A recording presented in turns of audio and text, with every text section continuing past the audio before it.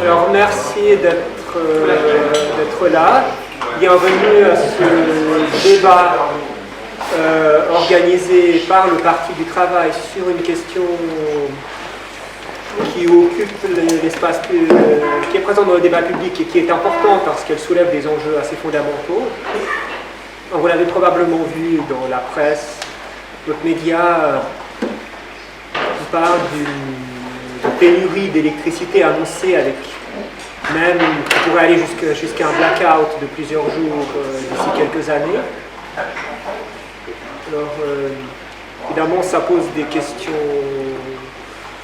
essentielles. Notre société dépend énormément de l'électricité. Vous pouvez imaginer les problèmes catastrophiques que créerait un blackout s'il dure quelques jours.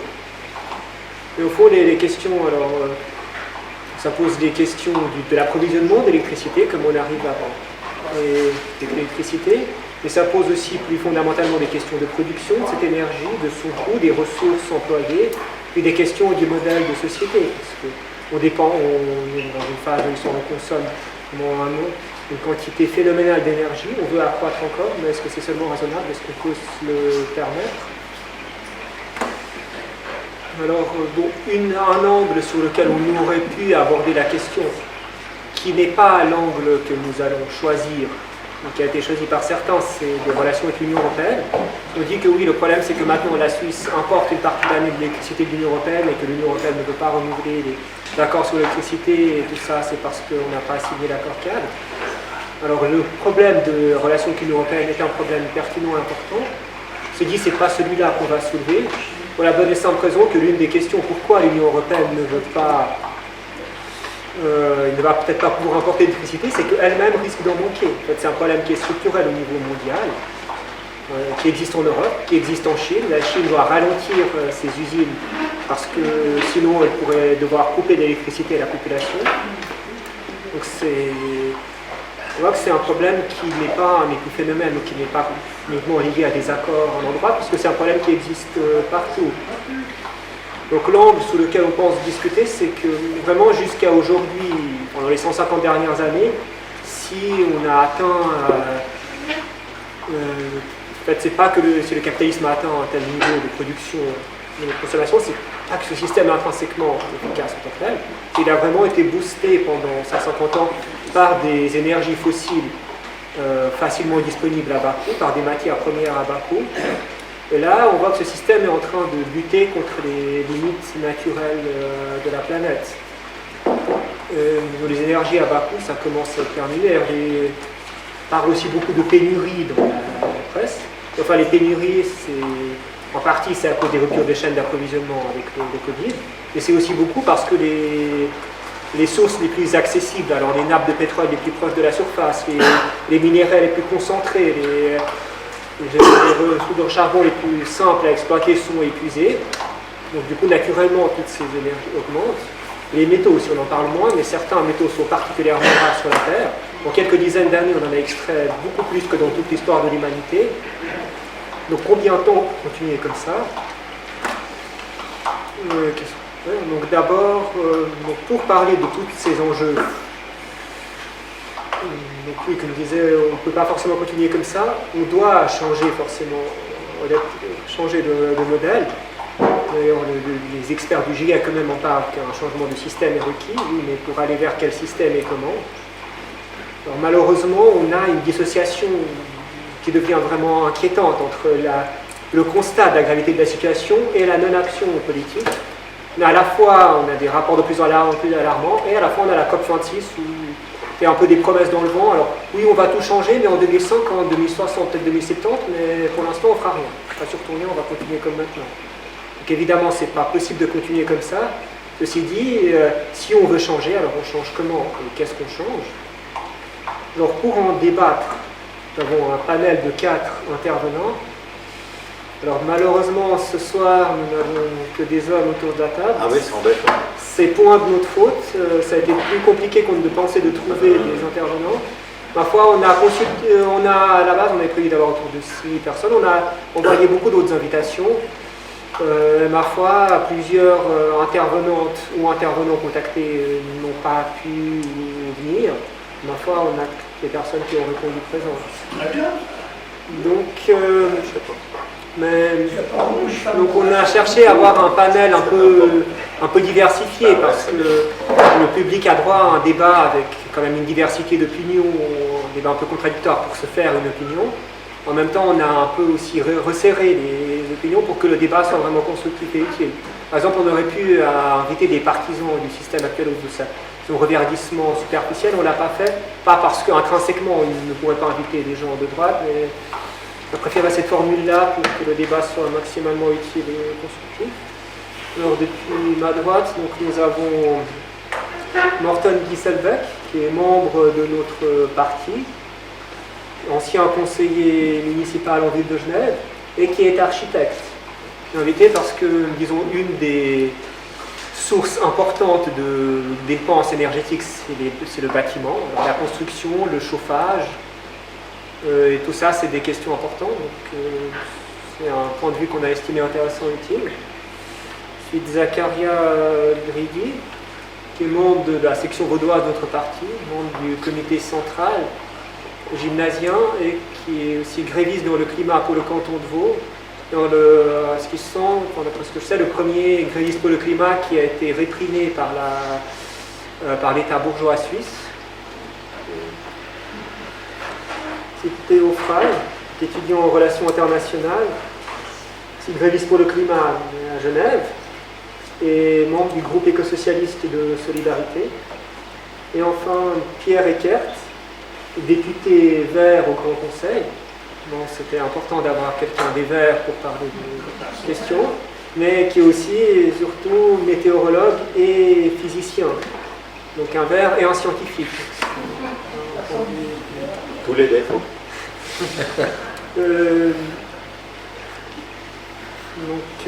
Donc avant de passer aux solutions, je vais segmenter le débat en plusieurs questions.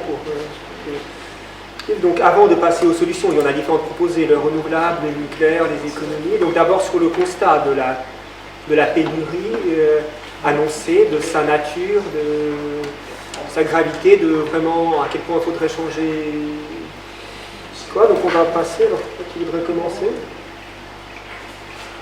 Ouais. Ah, je sais pas, comme vous voulez.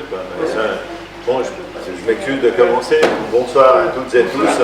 Alors effectivement, on est un panel d'hommes, voilà, c'est comme ça, je le regrette personnellement.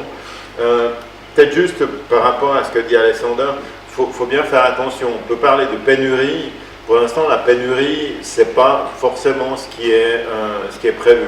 La pénurie, ça veut dire que de façon durable, on peut avoir un manque d'électricité. Pour l'instant, ce n'est pas réellement le cas. Pour l'instant, on parle plutôt de blackout. Le blackout, ça peut être une interruption d'électricité pendant un certain nombre d'heures ou un certain nombre de jours. Ça, c'est ce qui est possible, c'est ce qui est envisagé.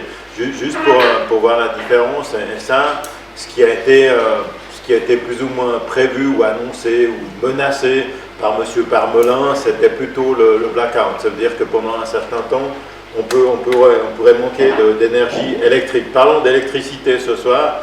Je veux dire, le bilan carbone, c'est peut-être une autre histoire. Parlons d'électricité, si j'ai bien compris le débat, on va plutôt rester sur ce sujet-là hein, pour le moment. Donc c'est une rupture d'approvisionnement pendant un certain temps. Les risques qu'il y a à moyen terme, justement, sur cet approvisionnement, c'est des risques, hein, mais je veux dire, on peut les contrecarrer. Et puis je vous le dirai aussi, le premier risque, c'est sortir du nucléaire. Sortir du nucléaire, c'est un truc que nous soutenons. Et bien entendu, en sortant du nucléaire, on va devoir se passer de à peu près un quart à un tiers de l'approvisionnement en énergie électrique. Ça va être faisable, mais voilà, donc c'est pas un risque, mais c'est quelque chose qu'on doit planifier sur le moyen terme. Alexander en a parlé, il y a aussi un risque, je veux dire, l'interconnexion avec l'Europe, l'interconnexion électrique avec l'Europe est quelque chose qui nous permet de faire un peu le tampon entre des moments où on a besoin de plus d'énergie, on a besoin de moins d'énergie. Voilà, maintenant, si on se coupe totalement de l'Europe, ça peut être un problème, justement, en termes de blackout, pas forcément en termes d'approvisionnement à moyen terme. Après, on peut tabler fortement sur le solaire. Et si on table totalement sur le solaire, on a un problème. C'est le problème que j'appellerais le problème du 21 décembre. le 21 décembre, vous avez un minimum d'énergie solaire qui est apporté, et il faut qu'on puisse également, je veux dire même le 21 décembre, avoir une autonomie énergétique sur l'électricité. Donc ça veut dire qu'on doit pouvoir complémenter cette énergie solaire par d'autres types d'énergie, d'accord? Donc il faut qu'on puisse aussi développer de l'éolien, qui est peut-être un peu plus fort en hiver, hein, les vents sont plus forts en hiver. Là je parle en tant que météorologue, on ne doit pas renoncer à l'éolien. Il y a un certain nombre d'associations environnementales qui s'opposent à ça, je pense que ce n'est pas quelque chose qu'il faut faire. Après, il y a aussi quelque chose qu'on doit prendre en compte, c'est qu'il y a quand même une certaine chance qu'on soit amené à augmenter notre consommation d'énergie électrique pour les années qui suivent. On aimerait bien décarboner. Décarboner, ça veut dire notamment avoir une transition de l'énergie, par exemple des voitures sur l'électromobilité. Électromobilité, ça veut dire qu'il faut pouvoir les charger, etc. On parle aussi de chauffage. On parle d'un transfert du mazout, par exemple, ou du gaz, vers les pompes à chaleur. Pompe à chaleur, une fois de plus, ça veut dire utilisation d'énergie électrique. La dernière chose que j'aimerais dire, enfin je ne sais pas si c'est la dernière, c'est qu'on a quand même réussi pendant ces dernières années, j'ai un graphique ici, d'une façon ou d'une autre, à stabiliser la consommation d'énergie électrique. Malgré le fait qu'on a une population qui augmente, malgré le fait qu'on a un certain nombre de modes de consommation qui se transposent vers l'électrique, notamment de plus en plus d'utilisation d'énergie électrique pour l'informatique, hein, par exemple, qui n'en utilise pas simplement, la consommation totale d'énergie électrique est stabilisée. Ça veut dire quand même qu'on a réussi à faire un certain nombre d'efforts en direction de ce qu'on appelle de l'optimisation énergétique, hein, donc d'utiliser. Alors bon, je ne sais pas comment sont les lampes qui sont ici, je ne sais pas s'il y a encore beaucoup de lampes à incandescence, mais c'est clair qu'en passant de la lampe à incandescence en direction du LED, on gagne à peu près 90% d'énergie électrique, hein, c'est quand même quelque chose qui est important. La même chose sur toute optimisation de frigo, etc., d'électroménager. Donc on a réussi à faire cet effort-là. Et je pense que cet effort-là, on doit le poursuivre, on peut poursuivre cet effort. Et la dernière chose que je dis, c'est que, en fait, on peut avoir des scénarios où malgré toute l'augmentation de consommation énergétique qu'on peut avoir dans les prochaines années, électromobilité, chauffage, etc., on peut avoir des scénarios où en utilisant un certain nombre d'énergies renouvelables, solaires, éolien, on arrive à couvrir. Mais il faut un effort fort dans cette direction-là.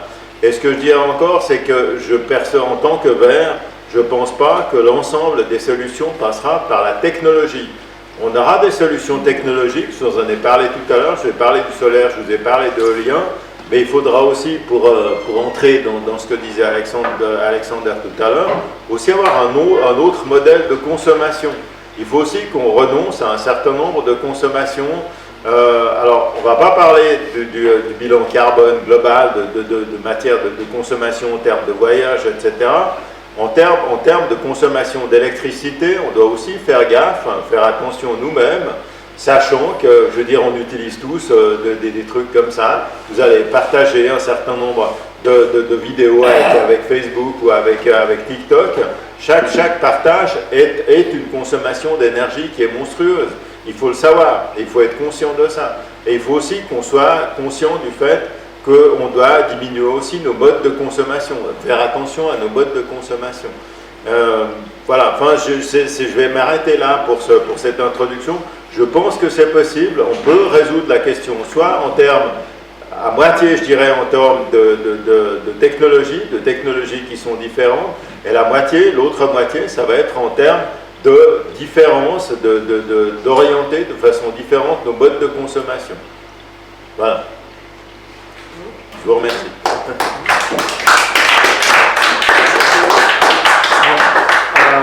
Ouais, je suis d'accord donc avec ce qu'a dit Pierre. Et puis en complément sur le volet politique, plus politique, Je pense que c'est vraiment une question très importante, et c'est important ce débat aujourd'hui, et c'est important que la gauche et les mouvements écologistes et climatiques se saisissent de cette question, parce que justement, comme vous pouvez le voir si vous avez probablement lu les médias ces derniers temps, l'UDC utilise en fait à fond cette question pour se mettre en avant.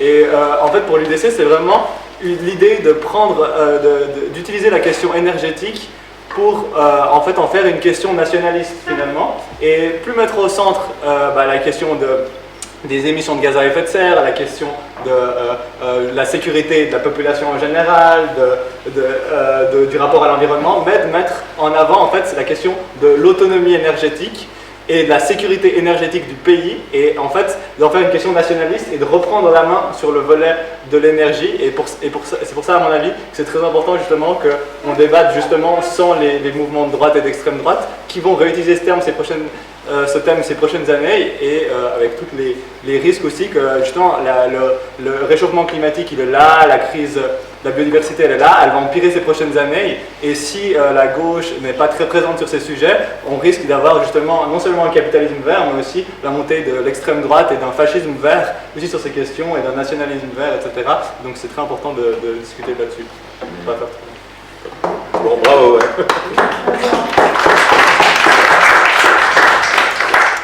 Alors, je rejoins ce qui a été dit jusqu'à présent, et puis pour continuer sur la lancée politique, je dirais aussi que jusqu'à maintenant, le capitalisme, le mode politique, économique et social dans lequel on vit actuellement, a été largement boosté par les énergies fossiles. Et maintenant, de plus en plus par l'électricité, notamment avec la transition énergétique, la question de l'électricité va s'imposer encore de plus en plus. Et puis, parallèlement à ça, les ressources actuellement, elles sont de plus en plus rares ou de plus en plus compliquées à extraire. Le mode actuel de production, il ne peut pas continuer comme ça, sinon on va vers un désastre climatique au niveau des émissions de carbone, au niveau de la consommation d'énergie fossile. Ce n'est pas non plus souhaitable de continuer comme ça.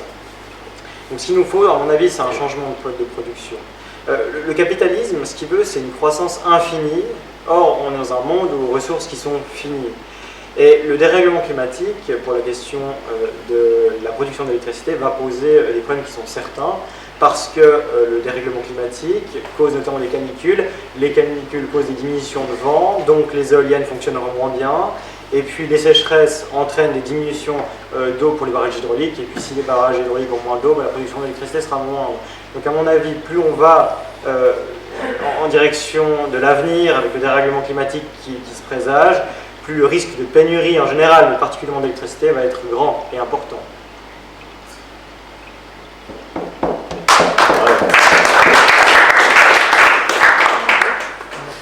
Ouais, alors, deux, trois petites choses, parce que tout a à peu près été dit, mais la première chose, c'est que... Non, mais vous étiez bien. La première chose, c'est que quand on parle de pénurie d'électricité, il faut replacer ça à un niveau global, c'est-à-dire parce que l'électricité, ça n'existe pas comme ça. L'électricité, on la fabrique à partir d'autres choses.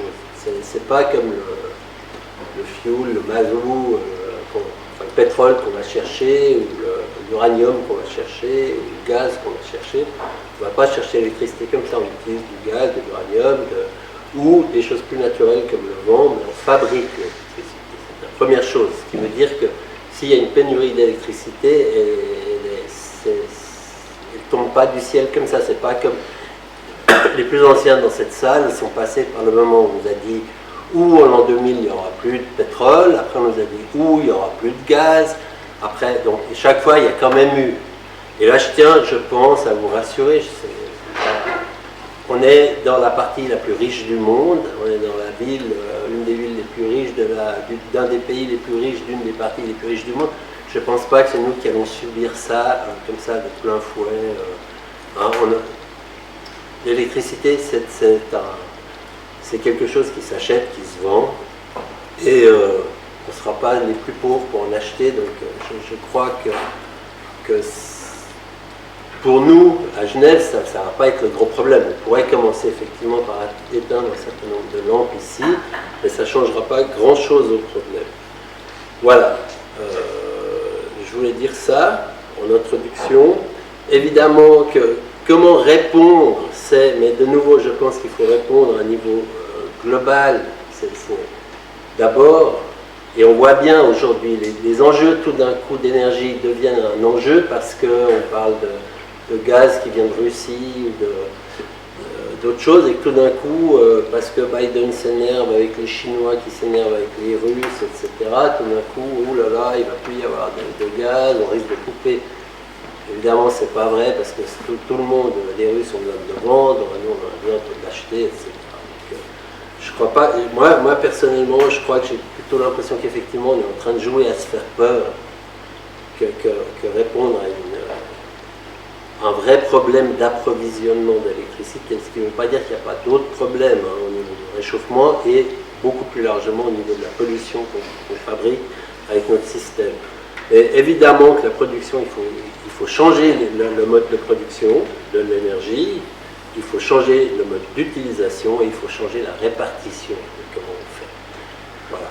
Donc, je vais m'arrêter là pour l'introduction, mais je crois que c'est important de replacer la question dans quelque chose de global, pas se dire où on n'aura pas d'électricité à la salle du Mail, voilà, en 2025. Ça, je crois que on peut déjà exclure ce scénario-là. Le scénario qui sera bien pire pour d'autres gens que nous.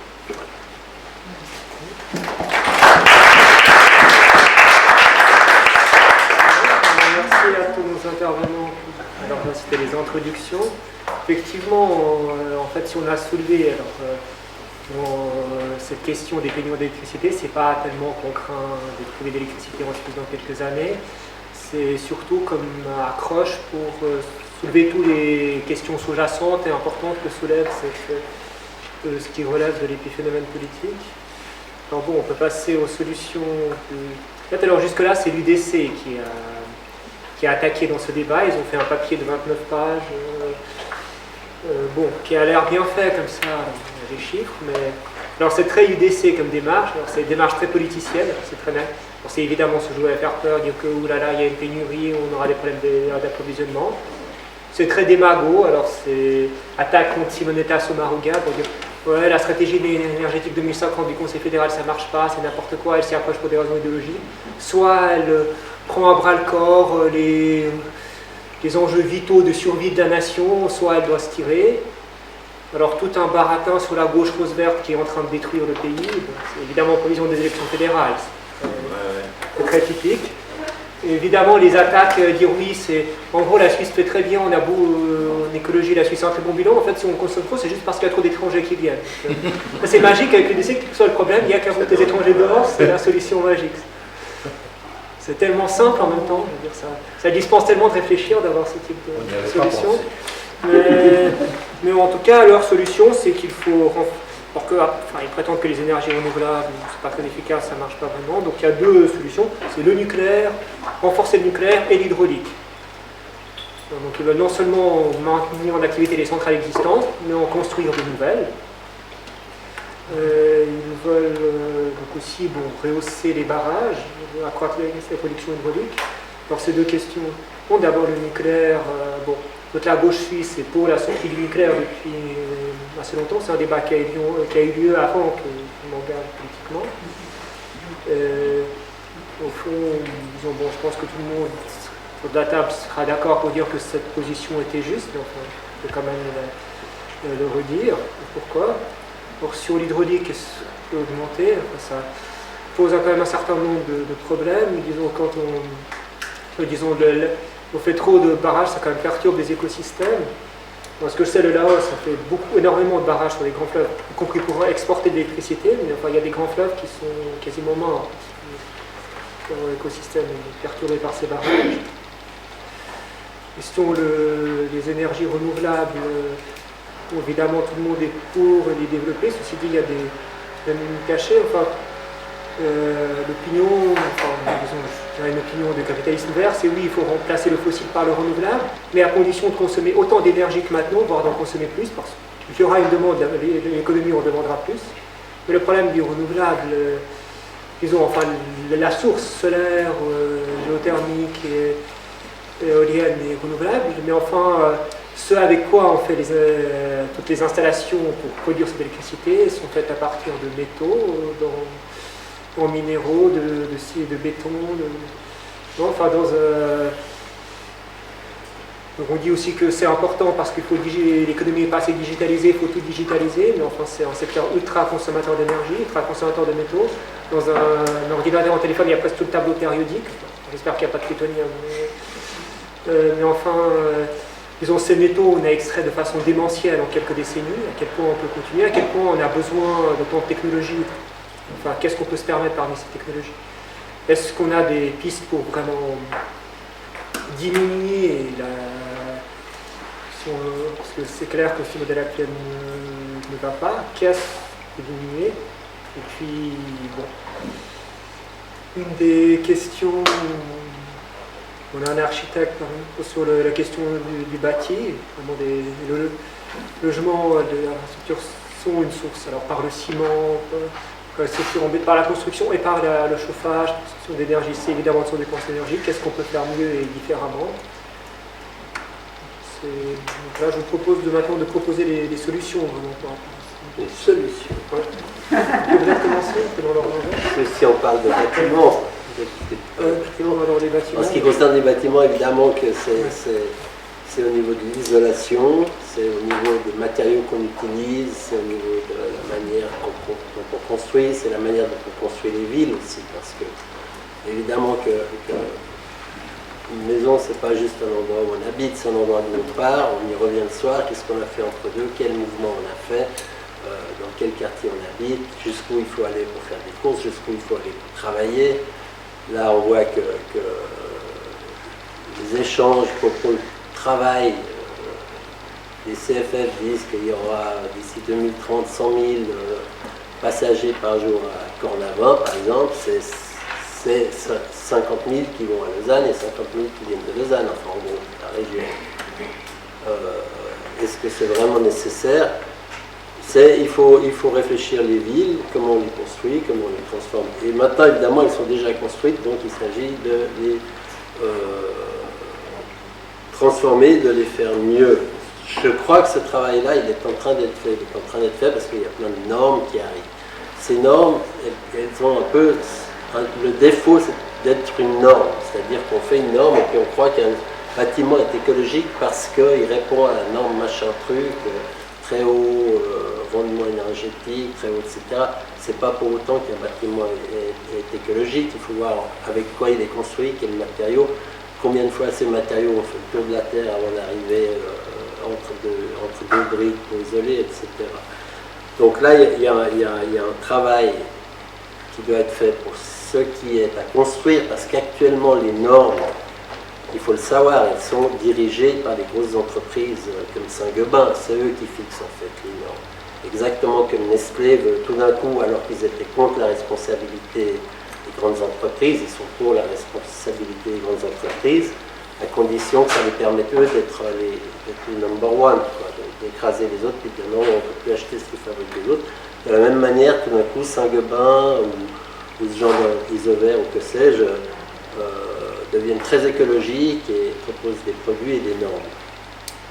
Ils continuent à fabriquer de la laine de roche et de la laine de verre qui utilisent beaucoup d'énergie, pour lesquels il faut utiliser beaucoup d'énergie pour s'en débarrasser après. Mais ça ne fait rien. Actuellement, c'est eux qui tiennent le haut du pavé de ce qui est de fixer les possibilités de normes. Après, il faut savoir que donc, il est possible de construire des bâtiments beaucoup plus écologiques et ça se fait. C'est quelque chose qui est en route, entre autres, grâce à un certain nombre de coopératives. Si je prends Genève. Pour Genève, il y a un certain nombre de coopératives, plus ou moins participatives, qui font des vrais efforts pour essayer de faire les bâtiments les moins polluants, disons ça comme ça. Parce qu'il faut savoir que quoi qu'on fasse, on polluera en construisant un bâtiment, mais voilà, ça il faut l'accepter. Mais en essayant de faire au mieux. Donc il y a un vrai travail qui est fait là-dessus, il y a un vrai travail qui est fait sur abaisser les besoins d'énergie. Alors quand on construit quelque chose de neuf, c'est encore relativement facile pour tout le bâti. Et là, évidemment, on hérite d'un énorme bâti. Il faut savoir que c'est pas évident. Il est possible d'améliorer, mais c'est pas une ligne droite, c'est exponentiel. C'est-à-dire, pour abaisser de 50% la consommation d'énergie d'un bâtiment, il faut disons, 1 million. Pour abaisser de 75%, il en faut 2, et pour abaisser de 100%, il va tout d'un coup en falloir 4 ou 5. Donc il faut aussi réfléchir à comment on répartit l'argent, particulièrement quand on parle de l'État ou des communes, comment on met l'argent pour le répartir et avoir l'effet maximum avec les moyens dont nous disposons. Voilà, et puis il y a la question après du chauffage. Alors, il n'y a pas que le chauffage, parce que de plus en plus on refroidit. Et ça coûte aussi très cher l'énergie. Il faut savoir que par exemple les États-Unis, alors les États-Unis évidemment il y a le Texas, toute la partie en bas qui est très chaude, mais il y a aussi le nord qui est très froid. Aux États-Unis ils dépensent plus d'énergie pour refroidir les bâtiments que pour les chauffer. Donc, et c'est un trend avec le réchauffement climatique, c'est clair que c'est un trend vers lequel on va. Les gens au lieu par exemple d'adapter les horaires où on travaille ou je ne sais pas quoi, eh ben non. On ne veut pas bouger, comme pour le reste, on ne veut rien changer, mais on veut pouvoir rester aux mêmes températures, été, hiver, etc. Et ça, ça pose un gros problème. Et maintenant, effectivement, ça a été dit par Pierre Eckert, quand on passe, par exemple, sur des pompes à chaleur, on arrête d'utiliser du gaz ou du mazout, mais on utilise de l'électricité qui a été fabriquée, et à peu près l'équivalent de 30% d'énergie électrique. Donc on est en train de passer énormément de bâtiments sur l'électricité et ça pose effectivement le problème d'où vient cette électricité. Donc voilà, il y a des énormes chantiers qui sont ouverts. Et puis l'électricité, là j'aimerais juste, j'en profite, dire par exemple qu'à Genève on est très fiers au SIG de vous dire que nous on a de l'énergie verte. Très verte notre énergie. Mais là aussi, l'énergie, c'est quelque chose de global qu'on produit, par exemple en Suisse. Évidemment, une fois de plus, ici on a les moyens, on peut se la payer parce que l'énergie verte, c'est un peu une image. On dit on achète de l'énergie verte. Ça, c'est un grand réseau. Mais il faut avoir les moyens pour l'acheter parce qu'elle est un peu plus chère que l'autre. Mais si nous, on achète toute l'énergie verte, il n'y en a pas pour les autres. C'est une vision du monde, c'est une façon de vendre le truc, mais qui ne résout rien parce qu'effectivement, chaque fois, c'est qu'on ne pose pas la question de comment changer, comment diminuer autrement que technologiquement notre utilisation, alors que vraisemblablement, c'est notre façon de vivre en société, de consommer, qui doit être interrogée, en fait, si on veut baisser. Voilà. Y compris dans ce qui concerne le bâtiment, la température de votre appartement, etc., l'éclairage, etc. Mais je pense que c'est vraiment un problème global et qui nous touche et qui devrait nous toucher dans notre quotidien réellement. Aussi, il faut accepter cette idée. Si on veut continuer à fonctionner exactement de la même manière, en 2030, en 2040, en 2050, on va droit dans le mur, à mon avis. Voilà. Il y a une main qui se lève. Peut-être un commentaire par rapport à ce que tu dis. Il est vrai que SIG, ils vendent que de l'électricité verte ou hydraulique ou ce que vous voulez. Ce qu'il faut bien savoir, c'est qu'il y a des gros consommateurs industriels qui ne sont pas du tout soumis à ça. Le marché est libéralisé actuellement. Et c'est justement quelque chose qu'on cherche à savoir. Il y a un certain nombre de consommateurs, même sur le canton de Genève, qui utilisent du charbon polonais, voire du nucléaire qui vient de partout. Le marché est totalement libéralisé. Alors nous, comme consommateurs, on est totalement captifs de SIG, on a des énergies qui sont propres, mais ce n'est pas le cas des gros consommateurs, donc il faut juste faire gaffe à ça, quoi, hein. Maintenant, j'aimerais juste faire un ou deux commentaires sur le début de la discussion. Le système, alors effectivement, le capitalisme, il est lié à la croissance, quoi, hein. Je veux dire, pour l'instant, je ne vois pas très bien comment on peut avoir un capitalisme qui n'est pas croissant. D'un autre côté, on peut aussi avoir un socialisme qui est initialement un système, je pense, qui s'est justifié à la fin du 19e siècle, au début du 20e siècle, qui est en fait un socialisme qui permet de produire plus pour distribuer plus. Ça me paraît être c'est quelque chose qui était nécessaire, hein, avec la pauvreté qui était. Maintenant, on est sorti de ce truc-là. C'est vrai que c'est un système qui non plus, je veux dire, je ne veux pas me mettre en exemple le système soviétique, qui finalement a produire plus pour distribuer plus, c'était certainement une bonne idée. Je veux dire, l'impact sur l'environnement était quand même pas génial, hein. Je ne vais pas donner beaucoup d'exemples, et je pense qu'un siècle après, il faut qu'on sorte de ça. Et moi, en tant que vert, j'aime bien dire, nous, on aimerait plutôt produire mieux pour distribuer mieux. Hein, pour l'instant, on doit être sur le mieux.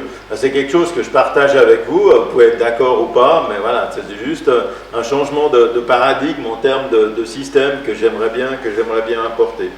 Et alors maintenant, ce qu'il faut encore dire par rapport au papier de l'UDC, il faut bien qu'on prenne une position claire sur le nucléaire. Le nucléaire, ils font croire que c'est une solution. Le nucléaire, c'est pas une solution. C'est pas une solution pour beaucoup de raisons. Pour beaucoup de raisons, parce que le nucléaire est dangereux. Le nucléaire est extrêmement dangereux s'il se passe quelque chose du style Tchernobyl ou Fukushima sur une des centrales en Suisse. C'est catastrophique. Je veux dire, vous allez évacuer la ville de Zurich pendant 20 ans, 30 ans. Je veux dire, c'est juste pas... Nous, on a à nos portes la centrale du Bugey. S'il y a quelque chose qui se passe au Bugey, Genève, vous évacuez pendant des centaines d'années. C'est juste n'importe quoi. C'est dangereux. D'accord. Deux, c'est pas du tout rationnel en termes de finances.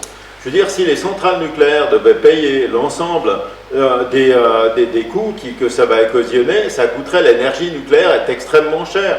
Je crois que, je veux dire, Philippe de Rougemont vous le dira ou pas, actuellement, je veux dire, la capitalisation qui est faite pour le démantèlement des centrales nucléaires, elle est à hauteur de 10%.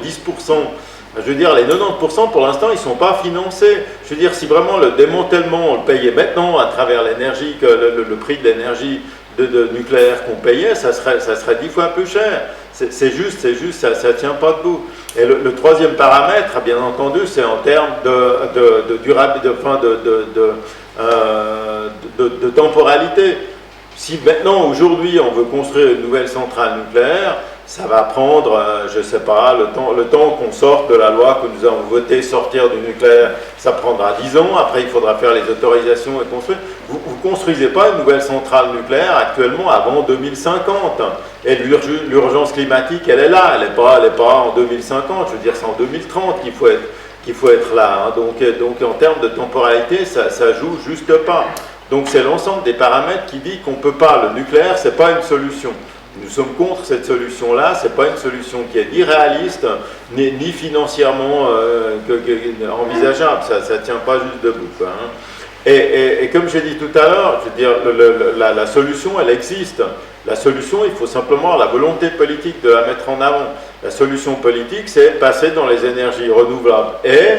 Et bien entendu, comme j'ai dit, il peut y avoir des problèmes à certains moments de l'année, certains moments de la journée, et il faut aussi mettre en place un certain nombre de capacités de stockage. Il faut pouvoir stocker l'énergie, on a beaucoup trop en termes de solaire pendant l'été, et puis il n'y en a pas assez en hiver. Et c'est la même chose pour les cycles journaliers. Donc il faut pouvoir mettre en place un certain nombre de systèmes de stockage, et c'est aussi une des solutions. Donc utilisons l'énergie de façon parcimonieuse, comme tu l'as dit, bien entendu, si on veut mettre des pompes à chaleur, on ne va pas faire des pompes à chaleur sur des bâtiments qui sont mal isolés. On met des pompes à chaleur sur des bâtiments qui sont bien isolés. Hein, sinon, ça n'a aucun sens. Donc, isolons les bâtiments, utilisons l'énergie de façon convenable, utilisons moins d'énergie, mettons en place des énergies renouvelables, mettons en place des capacités de stockage, et c'est un scénario qui est parfaitement réalisable. Ouais. Alors, merci. Je pense que le problème des énergies renouvelables, c'est qu'actuellement en Suisse, une grande partie des énergies renouvelables, quand on installe des nouvelles éoliennes, des nouveaux panneaux solaires, ça sert à répondre à un nouveau besoin d'électricité. C'est de la consommation qu'on ajoute en plus, mais on ne remplace pas actuellement beaucoup d'énergie fossile la production d'énergie fossile par de la production d'énergie renouvelable. Je pense que la solution, qu'elle soit à court terme ou à long terme, c'est de consommer moins d'électricité, en gaspiller moins, et ça passe directement par le mode de production, où il faut commencer à produire selon les besoins et non plus produire selon les capacités qu'on a pour avoir une surproduction, pour pouvoir gaspiller, etc. Il faut aussi sortir de certains paradoxes comme la climatisation. La climatisation en été, en fait, ça va polluer, ça va augmenter le dérèglement climatique, ça fait qu'on aura toujours besoin de plus de climatisation, qu'on va toujours utiliser plus d'électricité pour ça, puis à long terme, c'est une catastrophe. Et puis aussi, l'électronique, il faut arrêter cette envie de tout électronique, du tout intelligent, parce que non seulement on consomme des terres rares, des matériaux qui viennent de l'autre bout du monde, qui polluent à l'autre bout du monde, qui sont récoltés dans des pays où les conditions de travail sont déplorables, et où on a une grande consommation d'énergie électrique qui est utilisée pour pas grand chose. Par exemple, si on prend le bitcoin, en termes donc les crypto-monnaies, en termes de gaspillage d'électricité, c'est colossal, parce qu'au final, ça va servir à enrichir quelques-uns qui vont jouer là-dessus, mais concrètement, dans la vie de tous les jours de tout un chacun des citoyens lambda, ben, ça n'apporte pas grand-chose, si ce n'est le coût de l'électricité pour le minage de ces crypto-monnaies qui est délirant. Ouais, pour continuer dans le sens de Zacharia, effectivement, ouais, il y a vraiment un gros problème au niveau de la consommation globale d'énergie, et c'est là où on voit vraiment le problème du système, c'est que même si en général avec les innovations techniques la consommation par unité baisse, mais en réalité la consommation globale augmente toujours parce qu'on produit toujours plus. Et c'est vraiment le principe du capitalisme, c'est que c'est pas rentable effectivement de consommer beaucoup par unité, mais c'est rentable avec les économies d'échelle, etc., de produire toujours plus et de diminuer l'énergie nécessaire par unité, et au final ça consomme toujours quand même énormément plus. Ce qui fait que malgré toutes les innovations techniques qu'on a, malgré ça, le problème il continue à augmenter, et d'où la nécessaire sobriété énergétique, mais sobriété donc pas de tout le monde au même niveau, et c'est justement là qu'il est intéressant d'avoir une approche qui soit par exemple éco-socialiste, qui tienne compte un peu comme disait Morton avant, justement des inégalités énormes. Donc les inégalités énormes au niveau international, au niveau aussi à l'intérieur de nos sociétés, c'est-à-dire surtout les inégalités nord-sud, elles sont particulièrement importantes par rapport au réchauffement climatique. Là où justement par rapport à cette question de la pénurie d'électricité, on ne va pas être, c'est clair, les premiers touchés, et comme pour d'autres problèmes par rapport au réchauffement climatique, c'est toujours les communautés les plus affectées sont toujours au sud. Et c'est là où nous on a un devoir vraiment extrêmement important, et c'est pour ça qu'on doit se préoccuper de cette question, c'est parce que justement notre responsabilité est énorme en la matière, et notre capacité d'action est aussi énorme en la matière. Et c'est pour ça que ça concerne le financement des énergies fossiles, que ça concerne les multinationales qui investissent là-dedans, on a une responsabilité énorme et on peut faire changer les choses, parce que justement avec la pression et en apportant des solutions en fait concrètes, on peut tracer une autre direction. Et puis justement, on voit en ce moment avec la COP26 toute l'offensive libérale dans les journaux qui est très forte, par exemple sur la finance verte. Et ça vraiment, c'est un piège, parce que ça rejoint aussi ce que disait Zacharia avant, c'est qu'en fait on promeut les énergies renouvelables, mais en fait les énergies fossiles on ne les arrête pas, et elles continuent on continue à investir énormément dedans. Même Joe Biden justement, il investit des tonnes dans le renouvelable, mais il continue d'investir des tonnes dans le fossile. Et tant qu'il n'y a pas de sortie du fossile, le problème climatique il continue à être énorme.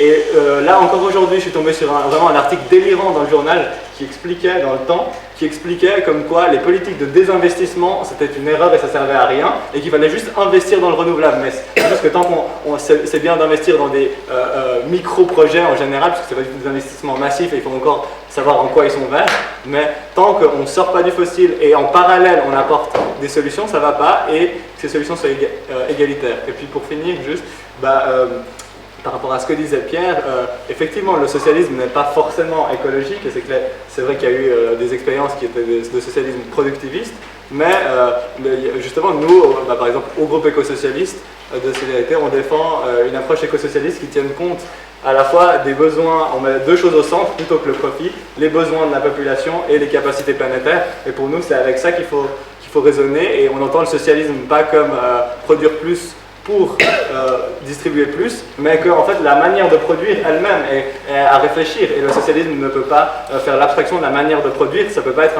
un socialisme juste distributif. Le socialisme c'est le partage, et le partage c'est le partage des richesses produites, c'est aussi le partage du travail, et c'est aussi le partage en général. Et ce qu'on veut dire aussi, donc, c'est que la meilleure manière en fait, et c'est ce discours qu'on doit mettre en avant, parce qu'il y a un problème justement pour se faire entendre et de narratif dans la société. Le discours qu'on doit mettre en avant, c'est que la sobriété énergétique, c'est le commun, et plus on fait des choses en commun, plus c'est sobre en énergie.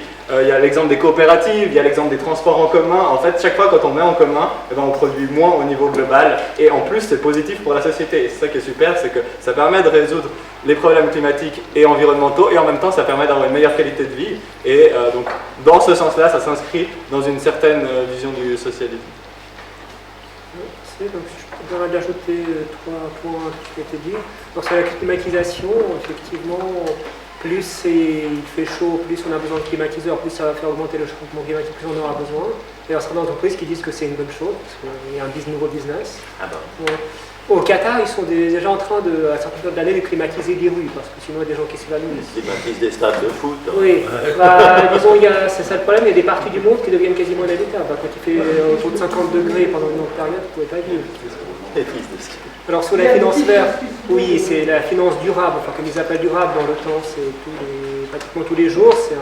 Mais en fait, oui, ils disent même que désinvestir, ça ne sert à rien, parce que comme ça, les entreprises que nous retrouveront quand même du financement ailleurs, ça ne servira à rien. Donc en fait, le financement durable, c'est fait autant pour apporter des profits que du financement non durable. Ça finance autant les énergies fossiles que le financement non durable, mais en plus c'est durable. Donc, on voit là, c'est le greenwashing qui est... Ouais. Alors sur le socialisme, alors, oui, c'est vrai que le socialisme réellement existant en Europe de l'Est a pu être productiviste. Il faut voir que disons, le but, c'est pas qu'il était intrinsèquement. Alors le capitalisme, c'est vraiment une caractéristique intrinsèque. C'est le capital doit accumuler, c'est une loi de fonctionnement. Là, c'était un objectif politique qui était pour répondre à des besoins de la population dans des pays qui étaient extrêmement pauvres. C'est ce que j'ai dit. Ouais, donc mais pour dire que le socialisme n'est pas intrinsèquement productiviste, c'était non seulement un objectif politique, mais en plus un objectif pour réussir à produire plus, il fallait beaucoup d'efforts. Et d'ailleurs, tout le temps des réunions du parti pour dire mais comment on va réussir à produire plus alors que la croissance ne va pas assez vite, ça ne marche pas assez bien. Le capitalisme, ça marche tout seul. Le socialisme, on avait de la peine à faire marcher ce mécanisme. Donc, il peut se voir assigner d'autres objectifs. Donc, je pourrais poser beaucoup de questions d'autres intervenants, mais comme il est déjà 21h05, je vais vous donner la parole à vous. Dans la salle, il y a des gens qui ont aussi des choses à dire, des questions à poser.